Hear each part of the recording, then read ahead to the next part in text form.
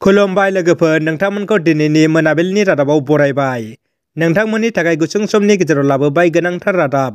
अन्नानै रादाबखौ जोबजासे नायलांदो।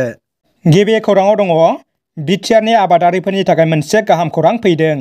मोनसे गोजोनथाव खौरांखौ बिटिआरनि मावफुं सोद्रोमा राकेश ब्रह्मआ होदों।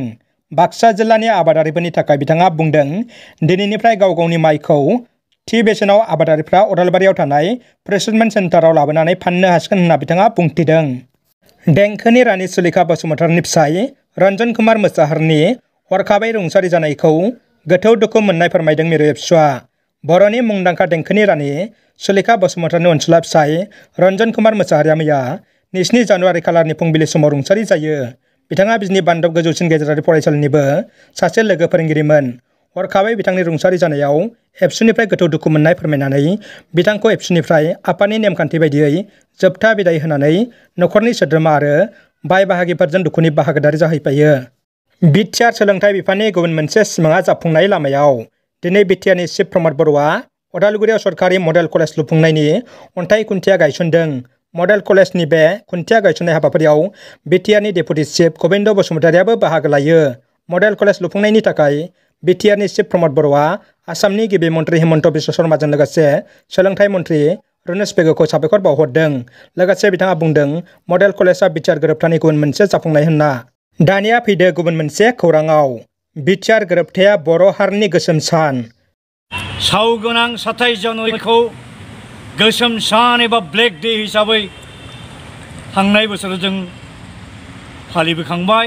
बिटिआर गोरोबथानि समावनो गोसोम ड्रेस गाननानै गोख्रों हेंथा खुद्रिसारदों बर'नि सासे दैदेनगिरि बारग' एमपि लोगोसे बड'फानि समनि सासे गोख्रों एबसुनि दैदेनगिरि सानसुमा खुंगुर बैसोमुतियारिया।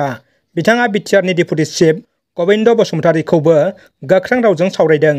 बिथाङा बुंदों, गबिन्द बसुमतारीया सासे गनायजायै लिडार। बिथाङा थाबैनो रिजाइन होनांगौ होननानै। लोगोसे बिथाङा बुंबावदों, बिटिआरआ बर' हारिखौ खहा खालामदों। बर' हारिया बिटिआरजों थगायजादों होननानै बुंदों। फरायसा दैदेनगिरिया पुलिसनि लकबआव। गरेस्वरनि आख्रासुनि मिरु आफादनि दैदेनगिरि शंकर राजबंशीया जोबथारनायाव पुलिसजों हमजाबाय। माखासे सान सिगां सासे सिख्लाखौ आख्रासु दैदेनगिरि शंकर राजबंशीया गोसो थोनायनि गोसोआरि नारसिनथाय होदोंमोन। उनाव सिख्लानि गोख्रों अजदआव रायजो राजाफोरनि गोख्रों दाबियाव गरेस्वर पुलिसआ शंकर राजबंशीखौ दिनै हमना जेलाव लाङो। बिटिआरआव आबादखौ जौगाहोनो बिटिसिनि आबाद बिफाननि मावफुं सोद्रोमा घनश्याम दासआ मिरु सोरखारनि NFSM 2021-22 बिथांखिजों क'क्राझार महकुमानि सा 10 आबादारि मुलाम्फायारिफोरनो पावार टेलार ट्रेक्टर राननानै होदों। बे हाबाफारियाव बाहागो लानानै मावफुं सोद्रोमा घनश्याम दासआ बुङो दि थाबैनो बिटिआरआव गय हानग्रा आगजु लाबोगोन होनना बुंथियो। दानिया फैदो जोबथा खौराङाव। साख्रि गैयै बेखार लाइमोनफोरखौ गाव गावनि आथिङाव गसंहोनो एसएसपिनि गाहाम हाबाफारि। 15थि BN SSP काजलगावआ लाइमोनफोरनि थाखाय कम्पिउटार आरो मबाइल फाहामथायनि फोरोंथाय हाबाफारि खुंगोन। गासै सा 38 लाइमोनफोरनो क'क्राझार डन बस्क' भकेशनेल ट्रेनिं सेन्टाराव दान मोनसेनि थाखाय 29 जानुवारिनिफ्राय 28 फेब्रुवारिसिम फोरोंथाय होगोन होनना मिथिनो मोन्दों।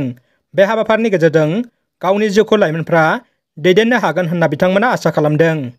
हाबाफारियाव लाइमोनफ्रा बाहागो लानायजों लोगोसे बिथांमोना गोबां बेसेन गोसा बिबुंथि होयो। रादाबा एसेनोसै लोगोफोर। रादाबखौ जोबजासे नायनायनि थाखाय गासिनिसिमबो साबायखर। अन्नानै भिडिअखौ लाइक, कमेन्ट, शेयार खालाम। लोगोसे चेनेलाव गोदानै फैदोंब्ला साबस्क्राइब खालामनो गुरै खावलायबाय।